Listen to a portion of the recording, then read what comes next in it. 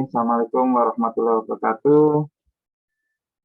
Selamat datang di webinar terakhir, webinar ke-12, webinar ekologi lingkungan Research Internship Series yang ke-12.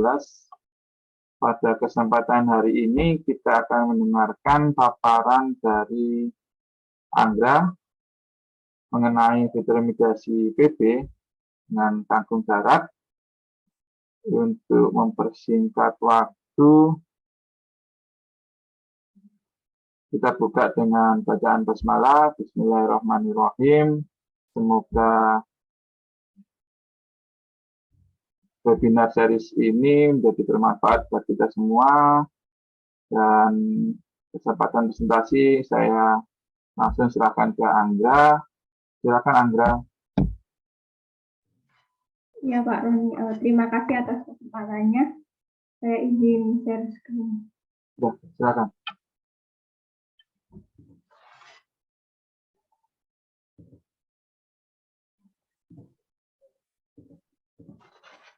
Apakah sudah terlihat Pak Roni? Sudah terlihat. Silakan. Ya, Assalamualaikum warahmatullahi wabarakatuh. Waalaikumsalam. Perkenalkan, saya Anggreni Auna Putri dari mahasiswa Ilmu Tanah Angkatan 2019.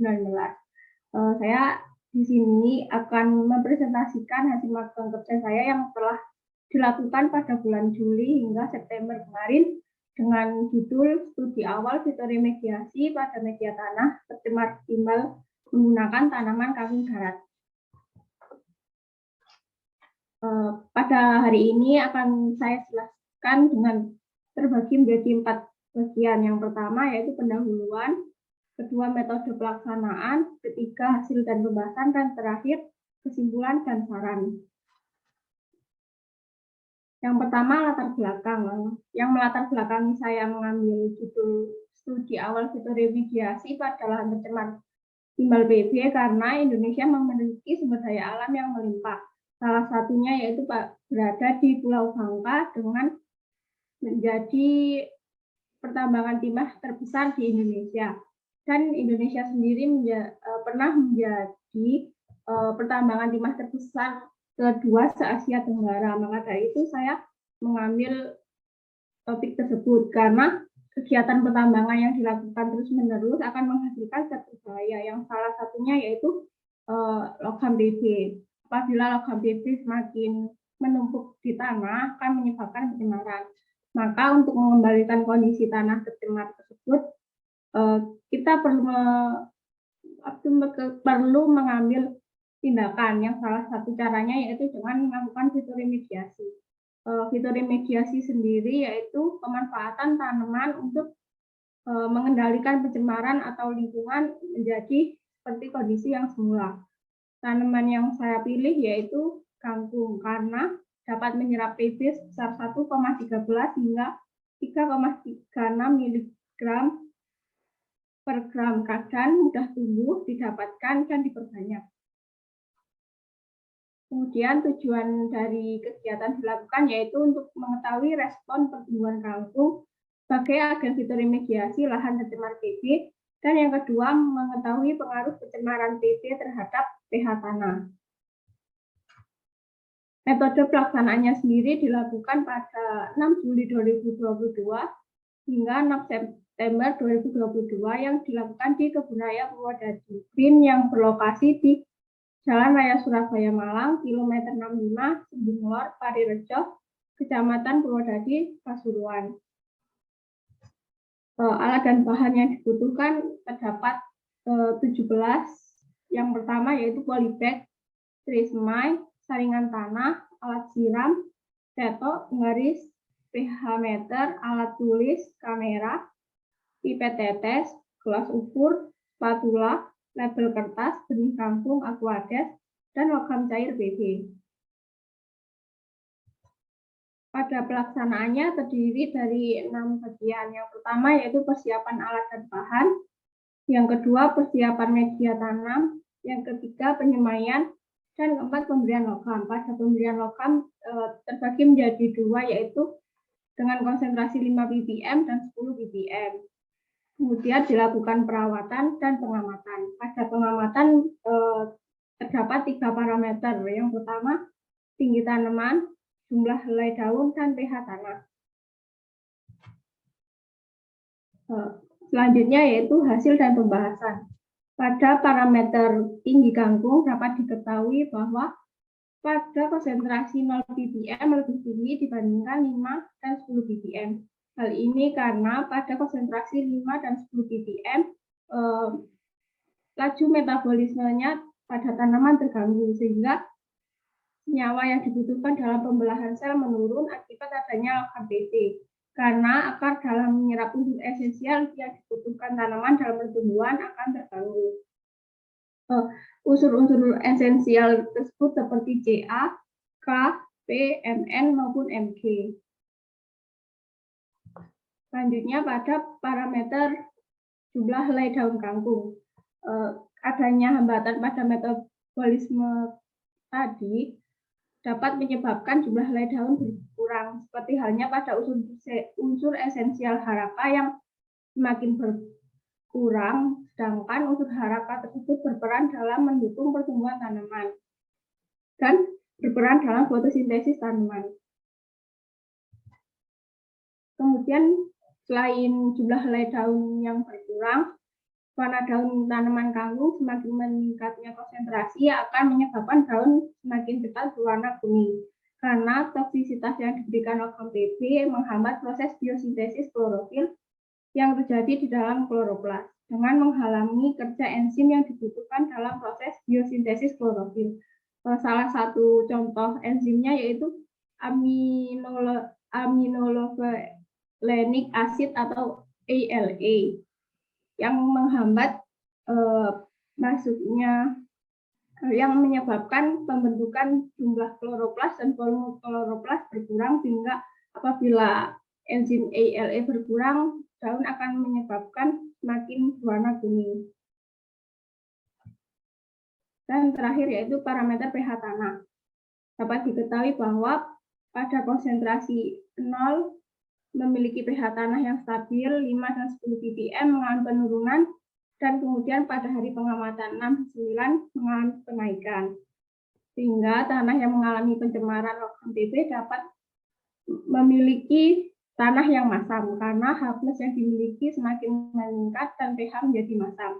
Sedangkan pada hari pengamatan 6 dan ke-9 hingga ke-14 pada konsentrasi 5 dan 10 ppm justru mengalami peningkatan atau memiliki pH tanah yang kembali normal, karena berdasarkan literatur yang saya dapatkan, logam PP akan berhenti ketika telah mencapai pH tanah 3-4 hingga menyebabkan pH tanah menjadi normal. Kesimpulan dari kegiatan yang telah saya lakukan yaitu terdapat 2 poin. Yang pertama, respon tanaman kangkung pada lahan tercemar PP dengan konsentrasi 5 ppm dan 10 ppm dalam pertumbuhannya memiliki pertambahan tinggi yang lambat, jumlah helai daunnya sedikit, dan daun tanaman mengalami perubahan menjadi kuning. Dan poin kedua yaitu tanah mengalami pencemaran logam PP akan memiliki tanah yang masam.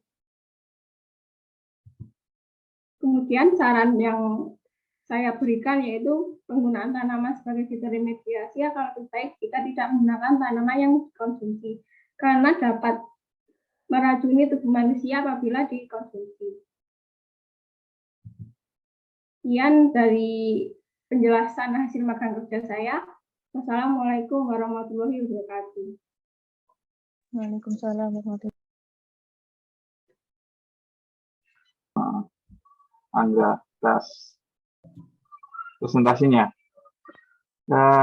Ada yang ditanyakan dari teman-teman dari presentasi terkait persiapan remediasi tanah tercemar PP konsentrasi 5 dan 10 untuk tumbuhan kangkung darat. Kemudian yang UB dulu. Karena panggilnya sedikit. Monggo.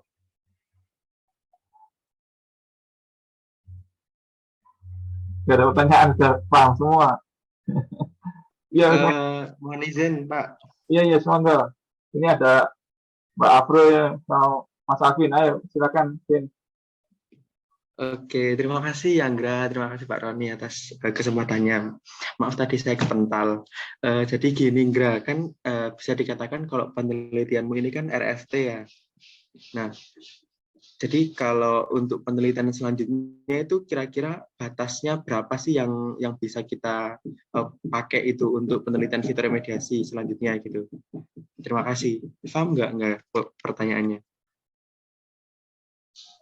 Oh iya, paham. Oke. Iya, jadi kemarin konsentrasi yang saya gunakan 5 dan 10 ppm. Akan tetapi pada hari pengamatan terakhir itu masih hidup, itulah istilahnya. Nah, untuk selanjutnya mungkin bisa dinaikkan lagi konsentrasinya dan rentang waktu yang digunakan untuk pengamatan juga lebih panjang gitu loh. Kalau misalnya 14 hari yang saya lakukan kemarin kan masih belum ada tanda-tanda sampai tanamannya mati. Nah, jadi kayak perlu waktu tambahan untuk melihat tanamannya itu sampai mati pada hari keberapa gitu. Oh, berarti perlu dilakukan RFT lagi gitu ya, Nggra, dengan tingkat konsentrasi yang lebih tinggi lagi. Iya, gitu. Oh, alah. Terus dari parameter kamu kayak jumlah daun, tinggi, dan pH itu mana sih yang paling menjadikan ciri atau penguat kalau logam itu sudah masuk ke dalam tumbuhan gitu loh, nggak? Kan kamu kan belum mengukur konsentrasi logam yang ada di tumbuhan. Lah, dari penelitianmu kira-kira maaf ini suara saya terdengar atau karena ada ngeng-ngeng ini? Dengar. Terdengar kok, Dengar. Oh, iya. Silakan. Oke. Nah, jadi kan kamu kan belum uji konsentrasi logam berat yang ada di tumbuhan kan ya. Nah, bisa nggak kamu menguatkan hati saya dengan penelitianmu ini bahwa logam itu sudah masuk gitu loh. Ciri-cirinya apa gitu, enggak? Karena tak lihat tadi di gambarmu itu kayak belum ada bedanya antara 06 sama 010 05 sama 10 itu kayak masih hijau-hijau gitu. Iya. Gini, berdasarkan literatur yang saya dapatkan, terus dari saya sendiri, bagaimana cara melihat logamnya itu udah masuk apapun ke tanaman itu dilihat dari daunnya. Karena pada konsentrasi 5 itu daunnya memiliki yang agak kuning, terus pada konsentrasi 10 ppm itu kayak benar-benar kuning. Terus setelah saya cari-cari di literatur, kenapa terjadi perbedaan tersebut? Karena ketika konsentrasi TC yang masuk ke tanaman itu masih tinggi, laju metabolismenya juga akan terganggu, sehingga unsur-unsur esensial seperti Mg dan Fe yang penting di daun itu akan sulit masuk atau terhambat. Ketika Fe dan Mg tersebut terhambat, efeknya ke daun itu menjadi kuning karena klorofil, jumlah klorofil dan volume klorofilnya yang ada di daun itu berkurang, sehingga warna daun itu akan menjadi semakin kuning gitu. Kalau dilihat dari tinggi tanaman kan kayak belum terlihat, tapi dari daunnya itu sudah jelas terlihat kalau ketika konsentrasi logamnya itu tinggi, maka daunnya akan memiliki warna yang semakin kuning gitu. Apakah ada feedback? Oh ya, oke. Berarti dilihatnya dari itu tadi ya, enggak? Terus Pak, ini saya masih ada waktu atau sudah selesai lagi? Sudah selesai. Oh ya sudah kalau gitu. Terima kasih ya, Anggra, atas jawabannya. Terima kasih Pak Roni. Ya, makasih Alvin. Waktunya memang masih ada, cuman ini memang RFT dan saya juga mohon maaf ini sebelah lagi motong-motong sama seperti yang di Alvin. Oh iya, sama ya Pak. Oke. Menarik sebenarnya RFT-nya ini, cuman kita bisa diskusi lagi. Saya coba beri kesempatan ke teman yang lain, ke Berdian sama Safa, kalau mau ada pertanyaan. terkait kangkung sebenarnya bukan kangkungnya tapi apa namanya fase pertumbuhan bahwa dia sudah mengakumulasi logamnya, cuman nggak kita diskusi nanti aja. Ada Ferdian atau siapa atau yang baru join dari Kak Aprilia Chandra?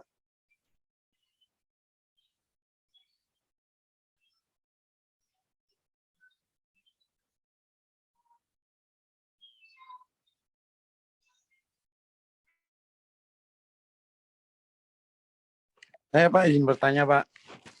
Ya, silakan.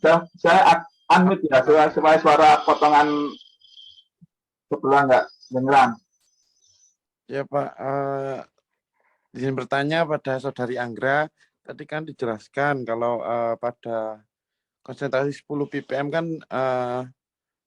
ada terdapat gangguan yang terjadi karena enzim. Nah, kenapa enzim tadi itu menyebabkan daun menguning? Bisa dijelaskan ulang? Terima kasih.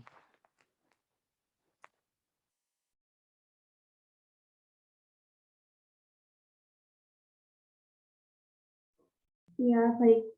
Kenapa enzim memiliki pengaruh gitu ya? Karena salah satu enzim yang penting di daun itu kayak ALA, yaitu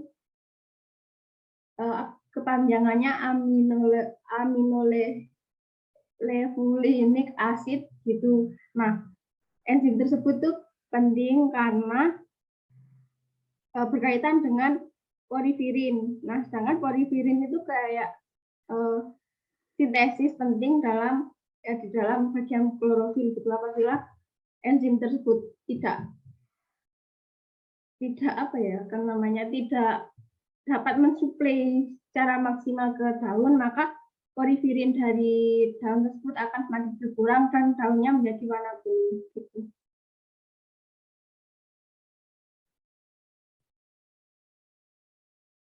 Apakah ada feedback?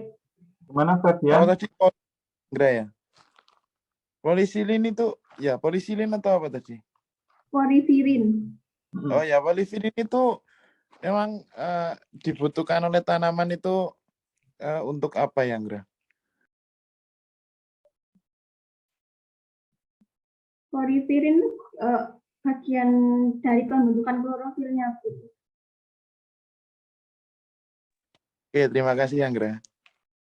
Ya, sama. Terima kasih Ferdian Anggra atas penjelasannya. Jadi ya kita butuh enzim nutrisi untuk fotosintesis metabolisme. Jadi kalau gambaran singkatnya, kalau ada terganggu di metabolisme tumbuhan, maka tumbuhan ini akan tidak lebih besar. Kalau logam lebih jelas ekstrimnya, tidak lebih besar, tidak lebih berkembang atau tidak tumbuh lebih baik daripada yang kontrol atau yang tidak terpapar logam. Mungkin itu untuk baris ke-12 ini. Siapa ada pertanyaan? Kalau tidak ada, saya cukupkan baris 12 ini sampai di sini. Insya Allah dari saya belum ada, Pak. Betul, ya. Makasih, Safa. Oke, kita cukupkan sampai di sini. Terima kasih banyak, Anggra, atas presentasinya. Terima kasih teman-teman semua, Ferdian, Alvin, Safa, sama Merika, sudah join di baris ke-12. Ini adalah webinar series teman-teman hasil magang, riset magang yang terakhir di tahun ini. Sampai jumpa ke baris berikutnya, ke teman-teman sharing session. Jadi sharing mengenai pengalaman risetnya di skripsi ataupun di riset tugas akhir yang berikutnya. Jadi ini adalah teman-teman sudah selesai dari rangkaian pertama sampai terakhir yang ini sama Anggra di magang, sesi magang. Nanti akan ada sesi teman-teman skripsi sama tugas akhir. Tapi itu akan periodenya akan agak panjang. Jadi kalau ini mungkin weekly, mingguan, setiap pekan, kalau mungkin itu akan monthly atau bulanan gitu, atau 2 bulanan. Kita lihat perkembangannya nanti di tahun depan. Terima kasih banyak semuanya. Saya tutup dengan bacaan hamdalah, alhamdulillahirabbil alamin. Semoga pertemuan kali ini bisa bermanfaat buat kita semua dan memberi banyak berkah. Sekian, wassalamualaikum warahmatullahi wabarakatuh. Terima kasih semuanya. Waalaikumsalam warahmatullahi wabarakatuh. Terima kasih Pak Roni, terima kasih Anggra. Semangat Anggra.